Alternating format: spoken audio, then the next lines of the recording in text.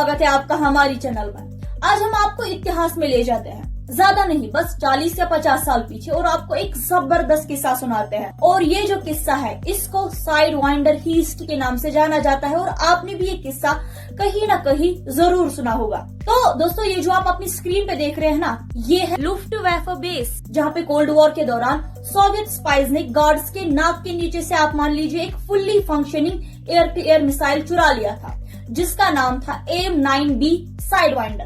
AIM-9B साइडवाइंडर की चोरी में 3 लोग शामिल थे, और ये थे F-104 स्टार फाइटर पायलट वॉफ नॉपी, आर्किटेक्ट मैनफ्रेड रेमिंगर और लॉक स्मिथ जोसेफ। देखिए, कहते हैं कि जो लोग इस चोरी में शामिल थे उनके मोटिवेशन क्लियर नहीं है, और इसके बारे में अभी भी काफी ज्यादा स्पेकुलेशंस है।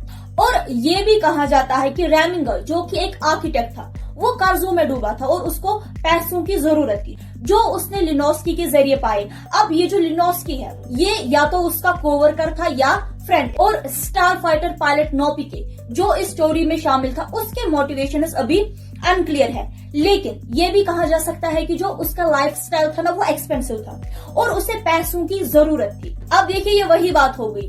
अक्सर हम क्या देखते हैं कि अगर किसी भी इंसान को एक्सपेंसिव लाइफस्टाइल या किसी भी चीज मतलब जो एक्सपेंसिव हो उसकी आदत पड़ती है ना, तो अगर किसी समय वो उसको नहीं मिलती है तो वो उसे पाने के लिए किसी भी हद तक जा सकता है।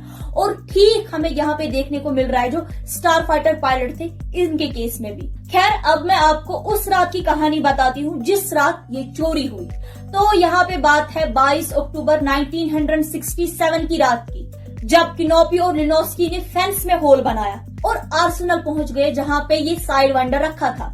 अब वहां उन्होंने इस साइडवाइंडर मिसाइल को कार्ट पे लोड किया और फेंस की तरफ बढ़ने लगे, जहां पे उनका दोस्त रेमिंगर गेटवे कार में वेट कर रहा था। अब आप शायद ये सोच रहे होंगे कि उन्हें किस तरह नहीं देखा गया था, क्योंकि जहां पे साइडवाइंडर रखा गया था वो एक बेस था, तो ऑब्वियस सी बात है वहां पे जो गार्ड्स हैं वो तो पहरा देते रहेंगे। तो आप ये जान लीजिए कि उस रात बेस लगभग खाली था, हैवी फॉग थी और जमीन पे चूहे मारने का पॉइजन रखा गया था, तो डॉग्स को गार्ड्स के साथ पेट्रोल करने नहीं दिया गया था। तो आप ये मान लीजिए कि काफी प्लानिंग के साथ ये चोरी की गई थी। अब वापस आते हैं, तो देखिए, जब ये मिसाइल चुरा के कार के पास पहुंचे ना, तो एक ऑब्वियस सी प्रॉब्लम सामने आई। मिसाइल बहुत बड़ी थी और वो कार के अंदर फिट नहीं हो रही थी। तो भैया उन्होंने क्या किया, उन्होंने इस मिसाइल को एक कारपेट में लपेटा, ताकि ये जो मिसाइल है ये मिसाइल ना लगे बल्कि ये कुछ और चीज लगे। लेकिन ये मिसाइल फिर भी फिट नहीं हो रही थी उस कार के अंदर। तो उन्होंने क्या किया, उन्होंने कार का जो पिछला विंडो होता है उसको तोड़ दिया और मिसाइल को कार से बाहर निकाल दिया। अब क्योंकि मिसाइल कार से बाहर निकल रही थी, उन्होंने वार्निंग लेबल लगा दिया ताकि ये जर्मनी में लीगल हो जाए। वार्निंग लेबल से क्या होता है कि जिस भी चीज को आप कहीं ले जाते हैं वो लीगल हो जाती है। अब हमें यहाँ पे चोरों की किस्मत की भी दाद देनी पड़ेगी।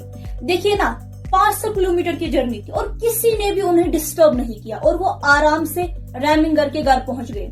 वहां पे उन्होंने जो साइडवाइंडर था उसको इंडिविजुअल कंपोनेंट्स में तोड़ दिया, और मेजॉरिटी पार्ट्स जर्मनी से Moscow via Lufthansa normal commercial mail से भेजे गए, और जो बाकी इलेक्ट्रिकल पार्ट्स और वॉलेटाइल कंपोनेंट्स रह गए थे उनको बाजाब्ता रेमिंगर ने अपने सूटकेस में ले जाके पर्सनली सोवियत यूनियन को पहुंचाया।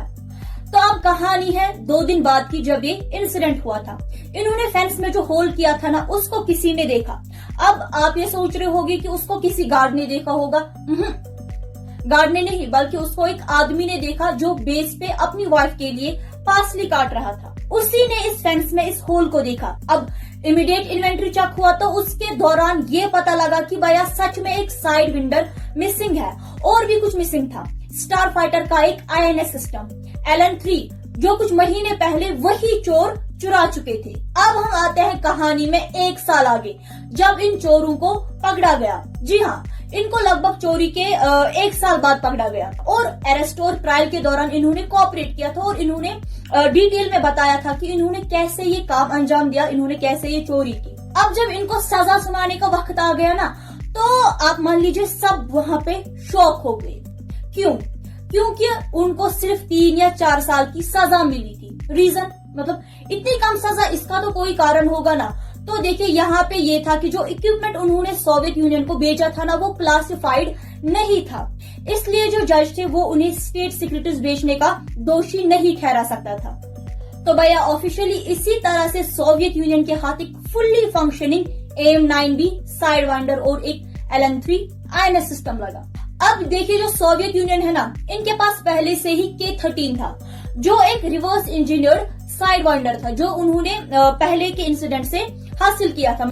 लेकिन अब एक फुल्ली फंक्शनिंग साइडवाइंडर, वो भी ओरिजिनल स्पेसिफिकेशंस के साथ प्लस INS सिस्टम, तो भैया ये उनके लिए बहुत बड़ी बात थी। आप ऐसा मान लीजिए कि ये किसी भी जैकपॉट से कम उनके लिए नहीं था।